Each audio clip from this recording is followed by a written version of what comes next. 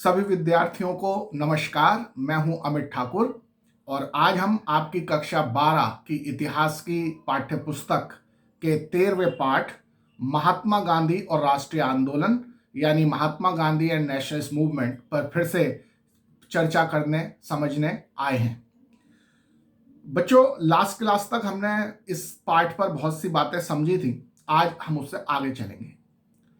आप जरा अपनी आंखें बंद कीजिए और गांधी जी को याद कीजिए। आपको गांधी जी की किस प्रकार की छवि दिखाई देती है? क्या उस छवि में आपको गांधी जी का चरखा या दिखाई देता है, जिससे वो अपना सूत काटते थे, कपड़े बनाते थे, खादी के कपड़े बनाते थे?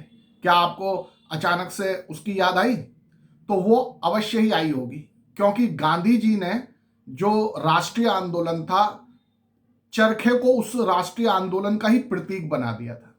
गांधी जी का जो राष्ट्रीय आंदोलन में जितना भी पार्टिसिपेशन था, उसमें चरखा बहुत महत्वपूर्ण और बहुत महत्वपूर्ण हो गया था और बहुत प्रसिद्ध हो गया था। तो आखिर गांधी जी ने अपने गांधीयन नेशनलिज्म, गांधीवादी राष्ट्रवाद में चरखे को इतना महत्वपूर्ण भूमिका क्यों दी? आज हम सबसे पहले इस बात पर चर्चा करेंगे। तो चरखे को महत्व देने के पीछे गांधी जी का एक बहुत बड़ा दर्शन, एक बहुत बड़ी फिलॉसफी है।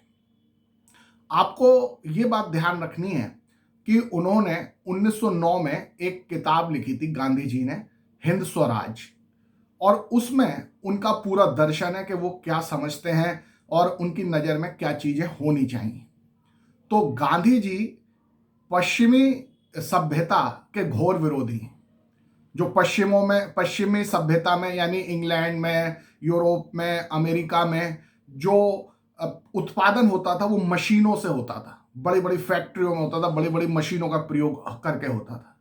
गांधी जी इस मशीनीकरण के बहुत घोर विरोधी हैं। उनका मानना यह था कि इस मशीनीकरण से बेरोजगारी फैलती है और प्रत्येक मानव को अपनी आजीविका कमाने के लिए श्रम करना चाहिए। तो ये मशीनें उस श्रम को बचा लेती हैं और इसका परिणाम ये होता है कि जो मानव है, जो आम व्यक्ति है, उनमें से बहुत सारे बेरोजगार हो जाते हैं और संपत्ति केवल जो मिल मालिक हैं, मशीनों के मालिक हैं, उनके हाथों में सिमट कर रह जाती है। तो वो चाहते थे कि हर व्यक्ति अपने हाथ से परिश्रम करे, अपना खुद का उत्पादन करे, स्वावलंबी, आत्मनिर्भर हो। और वो जो पश्चिम में कंज्यूमरिज्म है, उपभोक्तावाद की संस्कृति है कि ज्यादा से ज्यादा उपभोग करो, ज्यादा से ज्यादा प्रयोग करो, इसके भी बहुत खिलाफ थे। और उनका मानना था कि हमें सादगी भरा जीवन जीना चाहिए। तो जब वो दक्षिण भारत की यात्रा पर गए थे, तो वहां पर उन्होंने भारत की गरीबी और निर्धन लोगों की जो बुरी हालत थी, उसे देखकर उन्हीं के समान रहने का निश्चय किया। उन्होंने अपने बाल कटा लिए और एक साधारण धोती पहनकर लपेट कर ही रहने लगे।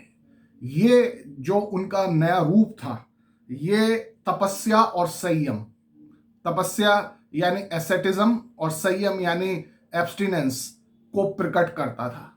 और ये ऐसी विशेषता थी जिनका गांधी जी आधुनिक विश्व की उपभोक्ता संस्कृति के प्रति उत्तर में गुणगान करते थे। गांधी जी कहते थे कि जो विदेशी लोग हैं, जो पश्चिमी लोग हैं, वो जिस तरह से ज्यादा उपभोग कर रहे हैं, ऐशो आराम से रह रहे हैं, तो ये कुछ ही लोगों के जिम्मे उन कुछ ही लोगों को मिल पाता है, केवल यूरोप के लोगों को। और वो अपने इस ऐशो आराम वाली जीवन शैली की वजह से जो अफ्रीका, एशिया और विश्व के जो दूसरे देश हैं, वहां के लोगों का शोषण कर रहे हैं और वो भयंकर निर्धनता में रह रहे हैं।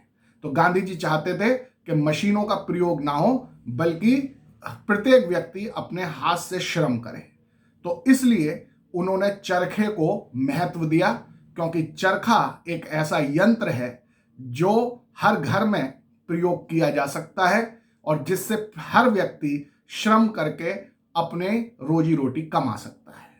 तो वो कहते थे कि अगर आपको मशीन ही चाहिए ना, तो चरखा सबसे अच्छी मशीन है, जो गरीब से गरीब व्यक्ति के घर में हो सकता है और इससे हमारी जो शारीरिक श्रम भी होता है, मशीन का प्रयोग भी होता है, और जो गरीब व्यक्ति हैं वो स्वावलंबी, वो आत्मनिर्भर भी हो जाते हैं। तो इसी बारे में आपकी जो पाठ्य पुस्तक है 352, उसका पेज नंबर 352, उस पर आप देख सकते हैं कि गांधी जी का एक चरखे के साथ चित्र बना हुआ है। तो कई बार आपसे ऐसा भी क्वेश्चन पूछा जा सकता है, और भले ही परीक्षा में ना भी हो, लेकिन आपके माइंड में बिल्कुल ये स्पष्ट होना चाहिए कि गांधी जी ने चरखे को राष्ट्रवाद का प्रतीक क्यों चुना। तो इसका उत्तर यहां पर यानी पेज नंबर 352 में जो बॉक्स है उसमें देने का प्रयास किया गया है। और आपको पता है कि ये सोर्स होते हैं, बॉक्स का मतलब सोर्स है ये, तो इन पर सोर्स बेस्ड क्वेश्चन आ सकते हैं। तो इसलिए आपको इन बॉक्स में लिखी सामग्री को बहुत ध्यान से पढ़ना चाहिए। जब यहां आपको पूरी तरह ये स्पष्ट हो जाएंगे तो आप परीक्षा में जब इन पर आधारित प्रश्न आएंगे तो आप बड़ी सरलता से वहां कर पाएंगे। तो जरा हम देखते हैं कि गांधी जी ने चरखे को राष्ट्रवाद का प्रतीक क्यों चुना।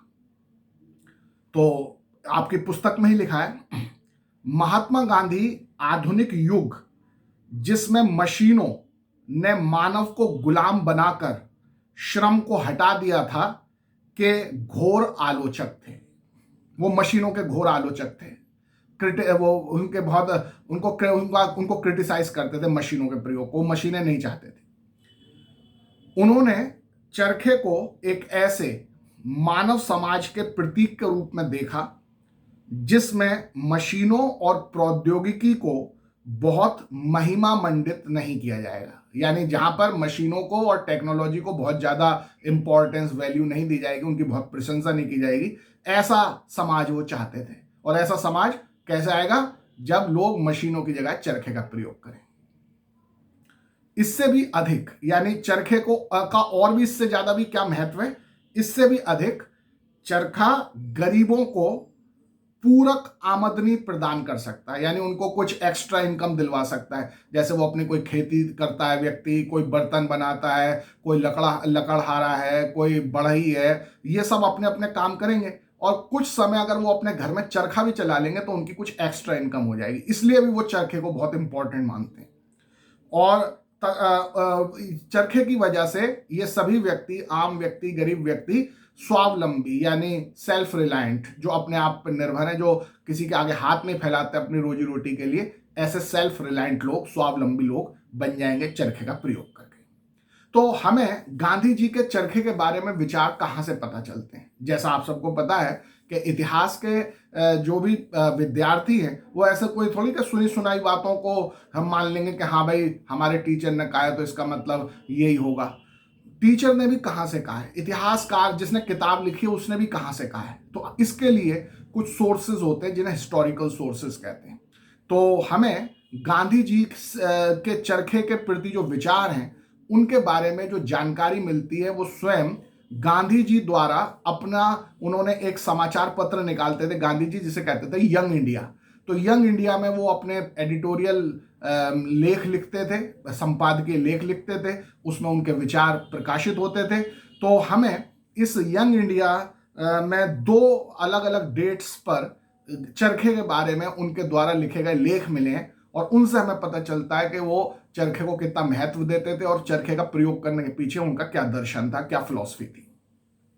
तो ऐसे ही एक लेख हमें मिला है यंग इंडिया जो समाचार पत्र था उसके 13 नवंबर 1924 के संस्करण में। तो देखें वहां गांधी जी क्या कहते हैं। मेरी आपत्ति, मेरी मतलब गांधी जी की आपत्ति, मेरी आपत्ति मशीन के प्रति सनक से है। वो कह रहे भाई ऐसा नहीं कि मैं कोई बहुत बड़ा मशीन का विरोधी हूं, मेरी जो सबसे बड़ा ऑब्जेक्शन है वो ये है कि अब वर्तमान में हर काम मशीन से कराने के प्रति पागलपन की हद तक हम पहुंच गए, सनक हो गई है कि हम हर चीज मशीन से करें। ये मेरी आपत्ति ये है, ऐसा नहीं होना चाहिए। यह सनक श्रम बचाने वाली मशीनरी के लिए ही है। ये तब तक श्रम बचाते रहेंगे जब तक कि हजारों लोग बिना काम के और भूख से मरने के लिए सड़कों पर ना फेंक दिए जाएं। तो गांधी जी कहते हैं कि जो श्रम बचाने की जो सनक है कि हम मशीनों से काम करवाएंगे तो इसका परिणाम क्या होगा? श्रम तो बच जाएगा, यानी कम समय में काम तो हो जाएगा, लेकिन इससे हजारों लाखों लोग बेरोजगार हो जाएंगे और वो भूखे सड़क पर पहुंच जाएंगे। तो इसलिए ये जो श्रम बचाने के लिए मशीनों का प्रयोग है ये गलत है, ये गांधी जी का मानना है। क्योंकि जब काम मशीनें कर देंगी तो आदमी को तो फिर जरूरत ही नहीं पड़ेगी, फिर वो बेरोजगार हो जाएगा, वो गरीब हो जाएगा, वो भूखा मरने लगेगा। गांधी जी का ये कहना है। मैं मानव समुदाय के किसी एक हिस्से के लिए नहीं बल्कि सभी के लिए समय और श्रम बचाना चाहता हूं। वो कहते हैं कि मशीनों का प्रयोग करने से समय और श्रम और पैसा किसका बचता है?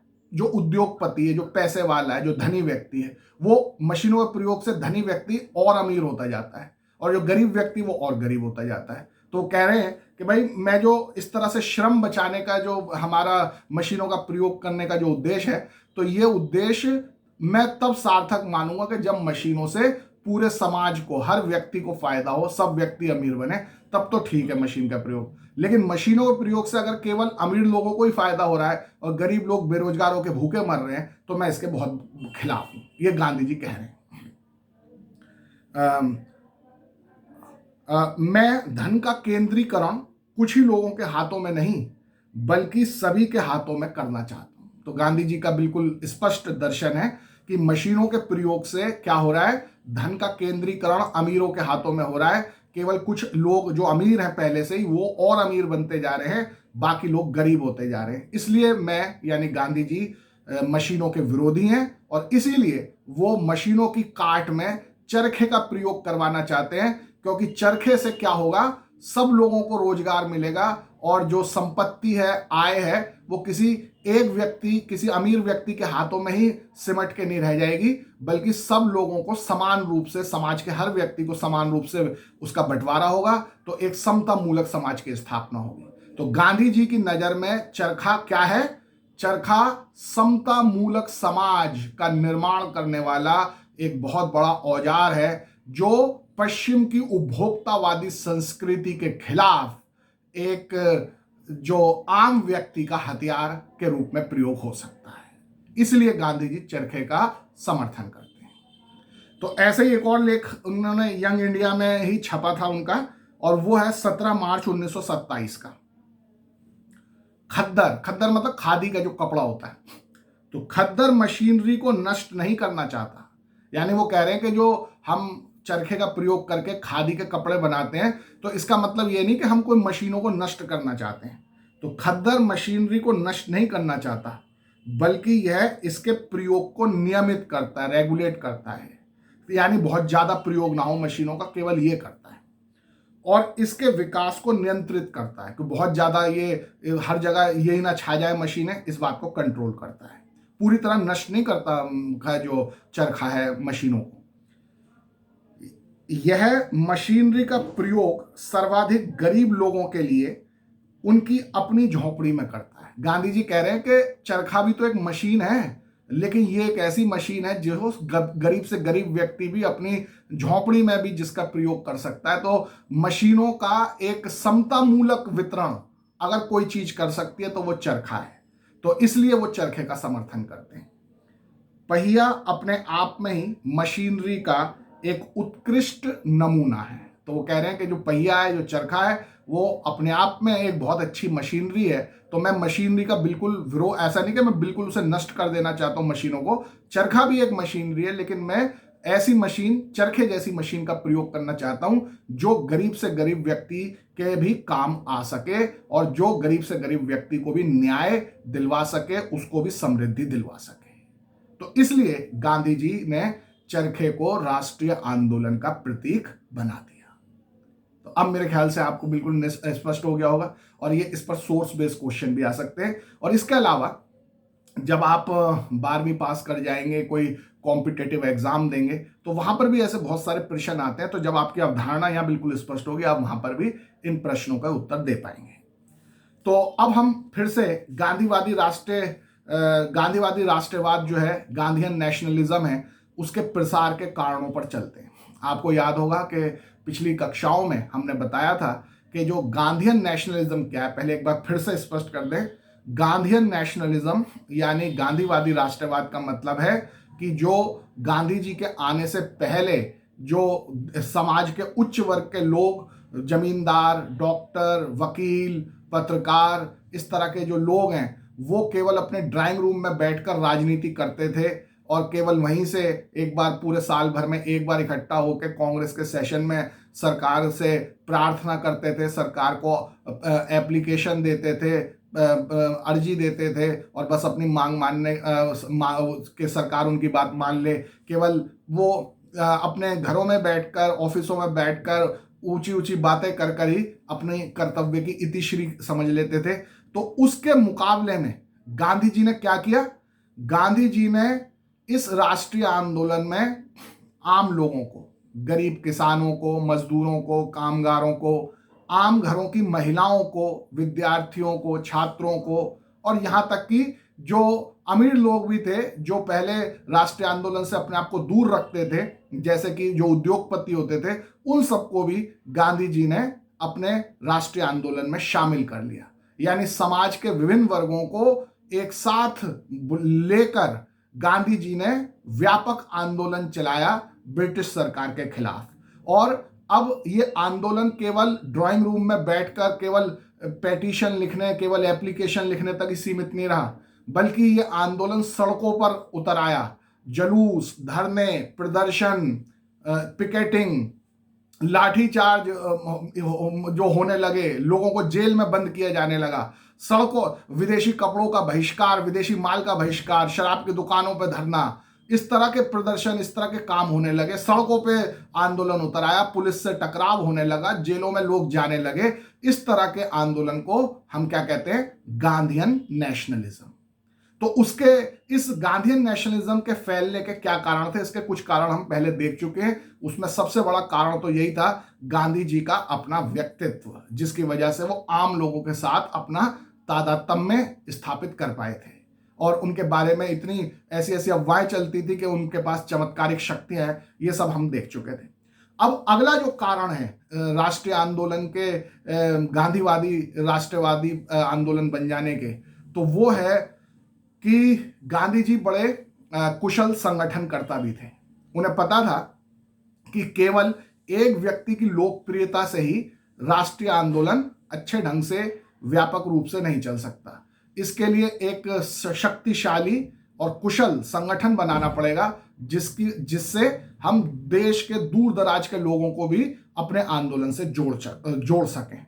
तो इसके लिए गांधी जी ने एक बहुत ही कुशलता से एक कुशल संगठनकर्ता होने का परिचय देते हुए कांग्रेस के संगठन को देश के कोने कोने में, गांव देहात, शहर कस्बे, आदिवासियों के गांव के जंगल, सब जगह पहुंचा दिया। गांधी जी के नेतृत्व में कांग्रेस का संगठन का इतना विस्तार हुआ कि उससे लाखों लोग, आम लोग, दूर दूर के गांव में रहने वाले गरीब अनपढ़ लोग जुड़ गए। तो उन्होंने ऐसा क्या काम किया उस संगठन को मजबूत करने के लिए?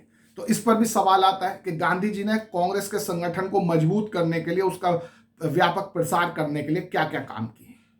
तो इसके बारे में हम ये कह सकते हैं कि राष्ट्रवाद के आधार को और व्यापक बनाने में गांधी जी की सफलता का राज उनके द्वारा सावधानी पूर्वक किया गया संगठन था। उन्होंने ऑर्गेनाइजेशन अच्छा किया। भारत के विभिन्न भागों में कांग्रेस की नई शाखाएं खोली गई। तो नंबर 1, नंबर 2 करके ऐसे लिखना है।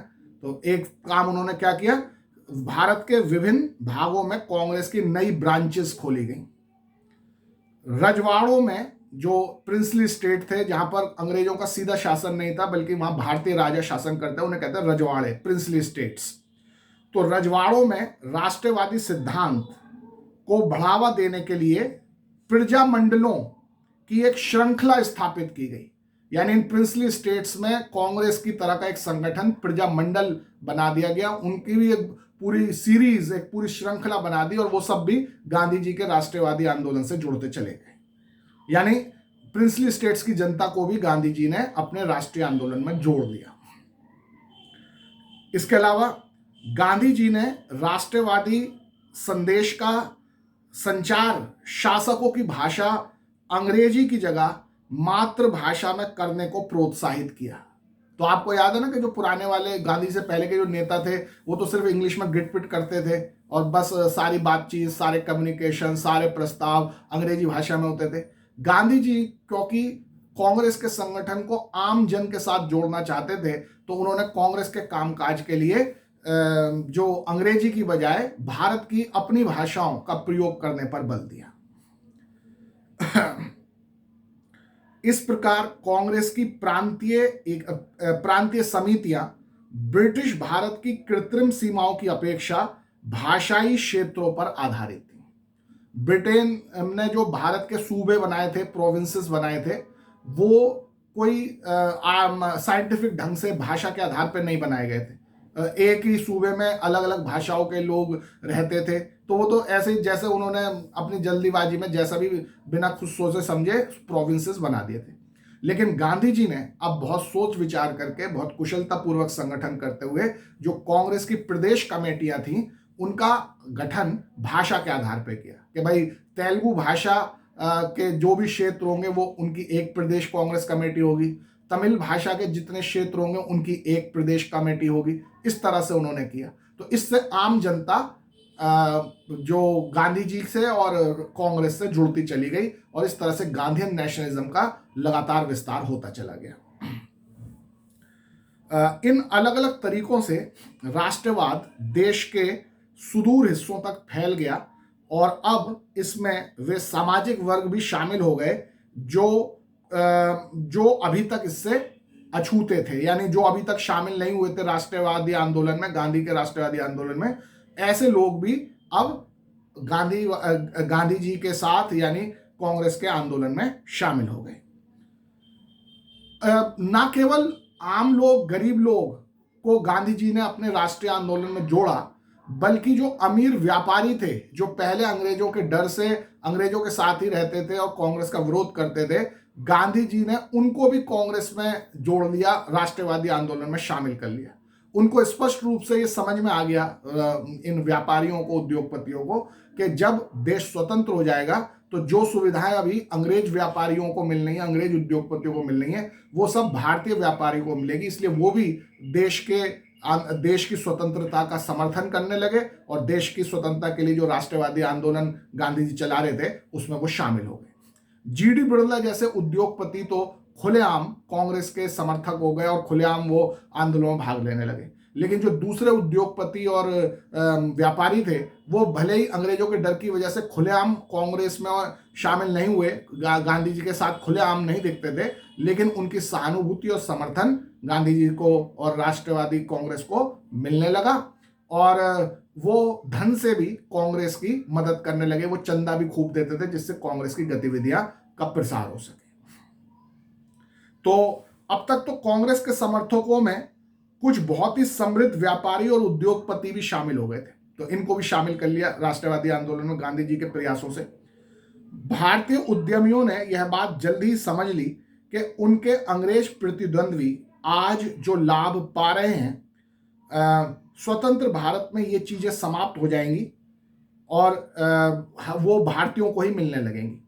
जीडी बिड़ला जैसे कुछ उद्यमियों ने राष्ट्रीय आंदोलन का खुला समर्थन किया, जबकि अन्य ने ऐसा मौन रूप से चुपचाप किया। इस प्रकार गांधी जी के प्रशंसकों में गरीब किसान और धनी उद्योगपति दोनों ही शामिल हो गए। हालांकि इन दोनों के गांधी जी और कांग्रेस का समर्थन करने के कारण अलग अलग थे। जो उद्योगपति किसी और कारण से गांधी जी का और कांग्रेस का समर्थन कर रहे थे और जो किसान हैं वो किसी और कारण से गांधी जी का और कांग्रेस का समर्थन कर रहे थे। तो इस तरह से आपको इस प्रश्न का उत्तर देना है, जिसमें यह पूछा जाएगा कि गांधी जी ने अपने गांधीयन नेशनलिज्म, राष्ट्रवाद को आगे बढ़ाने के लिए कांग्रेस के संगठन का विस्तार किस प्रकार किया। तो यहाँ ये सारी बातें पॉइंट वाइज आपको बतानी होंगी। अब जो गांधीयन नेशनलिज्म के स्प्रेड, जो गांधीवादी राष्ट्रवाद का जो विस्तार हुआ है, उसका एक कारण जो था वो ये कि गांधी जी ने बहुत ही टैलेंटेड लोगों को, बहुत ही प्रतिभाशाली लोगों को अपना अनुयायी बना लिया और इन अनुयायियों ने बहुत ही अच्छे ढंग से काम करते हुए गांधीयन नेशनलिज्म और भारत के राष्ट्रवाद का चारों तरफ प्रसार किया, उसको बहुत आगे बढ़ाया। गांधी जी के जितने भी अनुयायी थे वो अलग अलग धर्मों के, अलग अलग जातियों के, समाज के अलग अलग वर्गों से अलग अलग भारत के अलग अलग क्षेत्रों से आए हुए थे।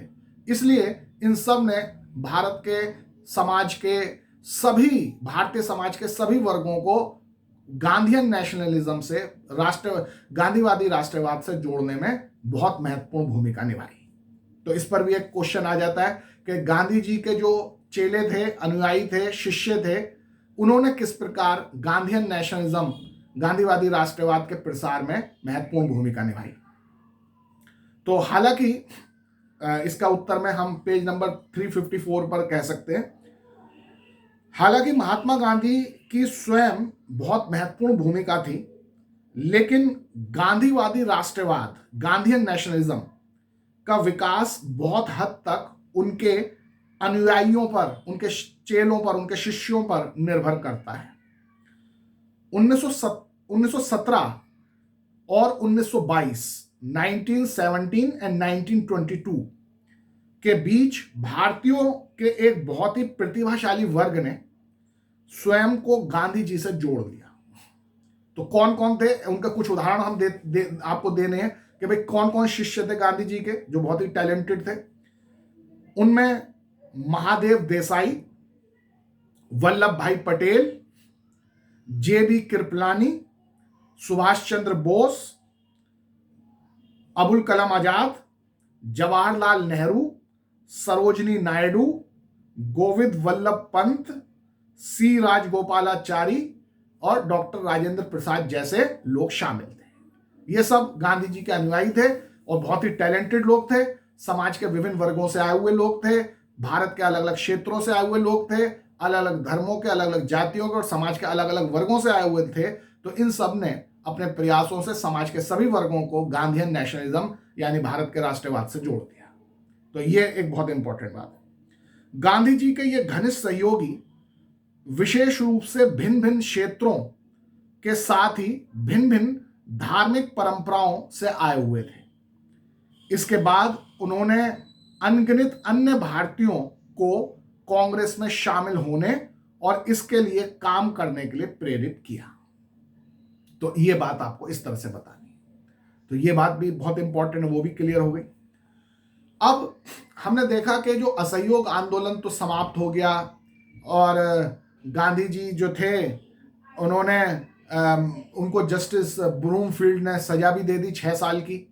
1922 में उन्हें गिरफ्तार कर लिया गया था, लेकिन वो 6 साल जेल में नहीं रहे। 2 साल बाद ही 1924 में ही उनको रिहा कर दिया गया। परिस्थितियां जो कांग्रेस जो उस समय देश की थी, तो अंग्रेजों को लगा कि उनको अब छोड़ देना चाहिए, तो उन्होंने जो जेल से रिहा कर दिया गया 1924 में। अब जो हमारा वो जो असहयोग आंदोलन था वो तो 1922 में समाप्त हो गया था, फरवरी में। और जो अगला बड़ा आंदोलन है जिसे हम कहेंगे सिविल डिसोबीडियंस मूवमेंट यानी सविनय अवज्ञा आंदोलन, सिविल नाफरमानी आंदोलन, वो तो 1931 में शुरू हुआ। तो इस दौरान ये जो बीच का समय था, इसमें गांधी जी ने क्या किया, ये बहुत महत्वपूर्ण प्रश्न बनता है आपकी 12वीं कक्षा के दृष्टि से भी और जो कॉम्पिटिटिव एग्जाम होते हैं उसमें भी। अभी जो 2021 का आईएएस का पेपर आया है, उसमें जीएस जनरल स्टडीज का जो फर्स्ट पेपर होता है उसमें हिस्ट्री एंड इंडियन कल्चर पर ही बात होती है। तो उसमें ये सवाल आया हुआ है कि असहयोग आंदोलन यानी नॉन कोऑपरेशन मूवमेंट और जो सिविल डिसोबीडियंस मूवमेंट है, सविनय अवज्ञा आंदोलन है, उनके बीच में गांधी जी ने क्या क्या कंस्ट्रक्टिव काम किए, क्या क्या रचनात्मक काम किए, उस पर बात करेंगे। तो 1924 में जब गांधी जी जेल से रिहा हो गए तो उन्होंने राजनीति में सीधा प्रवेश नहीं किया, वो राजनीति से थोड़ा दूर हो गए। तो फिर वो क्या करने लगे, गांधी जी ऐसे व्यक्ति थे नहीं कि खाली बैठे रहे। तो क्या किया फिर उन्होंने समाज सुधार का बीड़ा अपने हाथ में ले लिया। तो गांधी जी का व्यक्तित्व एक अनोखा ही व्यक्तित्व है। वो राजनीतिज्ञ भी हैं और समाज सुधारक भी हैं। वो एक साथ ही देश की आजादी के लिए राजनीतिक लड़ाई भी लड़ते हैं और देश के जो समाज है उसमें जो कुरीतियां हैं, जो खराबियां हैं, उनको दूर करके वो समाज के सुधार का काम भी करते हैं। तो 1924 में जब वो जेल से आजाद हुए तो ऐसी स्थिति में उसके बाद वो बहुत दिनों तक रचनात्मक कामों, कंस्ट्रक्टिव कामों में लगे रहे। तो क्या थे ये रचनात्मक काम, क्या क्या काम किए उन्होंने रचनात्मक काम? तो महात्मा गांधी फरवरी 1924 में, ये आपको 355 पेज 355 पेज पर आपको मिलेगा। महात्मा गांधी फरवरी 1924 में जेल से रिहा हो गए। अब उन्होंने अपना ध्यान घर में बुने कपड़े यानी खादी को बढ़ावा देने, एक तो खादी का प्रसार करने लगे, घर घर में खादी बने, इस बात का वो प्रचार करने लगे और लोगों को प्रोत्साहित करने लगे, तथा छुआछूत को समाप्त करने पे लगाया। तो जो अनटचेबिलिटी थी, जो तथाकथित निम्न जातियों के साथ जो उच्च वर्ग के लोग अनटचेबिलिटी, अस्पृश्यता का व्यवहार करते थे, गांधी जी एक तो उसे खत्म करने पे लग गए, दलितों का उद्धार करने में लग गए और घर घर में चरखा का प्रयोग करवाने, खादी का उत्पादन करवाने पे लग गए। गांधी जी राजनीतिक जितने थे उतने ही वे समाज सुधारक भी थे। ये लाइन बहुत इंपॉर्टेंट है, इस पर ही सवाल आ सकता है। गांधी जी राजनीतिक जितने थे उतने ही वे समाज सुधारक थे, यानी वो जितनी राजनीति करते थे अंग्रेजों से देश की आजादी के लिए, राजनीति जितनी करते थे उतने ही समाज के सुधार का भी काम करते थे। उनका विश्वास था कि स्वतंत्रता के योग्य बनने के लिए भारतीयों को बाल विवाह और छुआछूत जैसी सामाजिक बुराइयों से मुक्त होना पड़ेगा। एक मत के भारतीयों को दूसरे मत के भारतीयों के लिए सच्चा संयम लाना होगा और इस प्रकार उन्होंने हिंदू मुसलमानों के बीच सौहार्द पर बल दिया। तो आप देख रहे हो गांधी जी बाल विवाह को रोकने पे काम कर रहे हैं, गांधी जी जो है वो छुआछूत जैसी सामाजिक बुराइयों को रोकने पे काम कर रहे हैं, वो हिंदू मुसलमानों के बीच शांति भाईचारा बढ़ाने के लिए काम कर रहे हैं, कितने सारे समाज सुधार के काम कर रहे हैं। यही सब उनके कंस्ट्रक्टिव वर्क कहलाते हैं, रचनात्मक कार्य कहलाते हैं। और इसी तरह से ना केवल वो समाज सुधार पर जोर दे रहे थे, बल्कि वो आर्थिक स्तर पर भारतीयों को स्वावलंबी बनाना सिखा रहे थे। उन्होंने कहा सभी भारतीयों को तुम्हें अपने पैरों पर खुद खड़ा होना होगा, तुम आर्थिक रूप से इकोनॉमिकली सेल्फ रिलायंट बनो, अपनी रोजी रोटी कमाने लायक खुद बनो। ऐसा करके, यानी अगर वो स्वावलंबी बन जाएंगे, चरखा चला के अपना कपड़ा बनाने लगेंगे, तो ऐसा करके उन्होंने समुद्र पार से आयातित मिल में बने वस्त्रों के स्थान पर खादी पहनने की महत्ता पर जोर डाला। तो उन्होंने कहा कि इसीलिए बहुत जरूरी है कि आप विदेशी कपड़े मत खरीदो, अपने घर में खुद चरखे से खादी के कपड़े बनाओ। ऐसा होने से आप स्वावलंबी सेल्फ रिलायंट बनेंगे और इससे हमारे को देश आजाद कराने में और समाज को सुधार करने में बहुत सहयोग मिलेगा। तो इसीलिए कहते हैं कि ये सब जो काम उन्होंने करवाए कि चरखे का प्रचार किया, छुआछूत का विरोध किया, बाल विवाह को रुकवाया, शराब बंदी करवाने पर जोर दिया और हिंदू मुसलमानों के बीच भाईचारे को बढ़ावा देने के लिए काम किए, ये सब गांधी जी के रचनात्मक काम, कंस्ट्रक्टिव वर्क कहलाते हैं। और ये काम उन्होंने असहयोग आंदोलन, नॉन कोऑपरेशन मूवमेंट और सिविल डिसोबीडियंस मूवमेंट, सविनय अवज्ञा आंदोलन के बीच की जो अवधि थी उस दौरान में किए। उस समय वो सीधे राजनीति में ज्यादा सक्रिय नहीं रहे, बल्कि समाज के इस तरह के काम करते रहे। तो ये अब आपको सारी बातें स्पष्ट हो गई होंगी। तो इस तरह से हमारा नॉन कोऑपरेशन मूवमेंट के सभी पहलुओं की चर्चा हो चुकी है और अब हम अगली कक्षा में सिविल डिसोबीडियंस मूवमेंट के बारे में, यानी कि सविनय अवज्ञा आंदोलन के बारे में पढ़ेंगे। तब तक के लिए सभी बच्चे अच्छे ढंग से अपनी किताब पढ़ें और जो प्रश्न आपको मैं व्हाट्सएप ग्रुप पर भेजूंगा वो प्रश्न सभी को करने हैं। तो तब तक के लिए सभी को नमस्कार।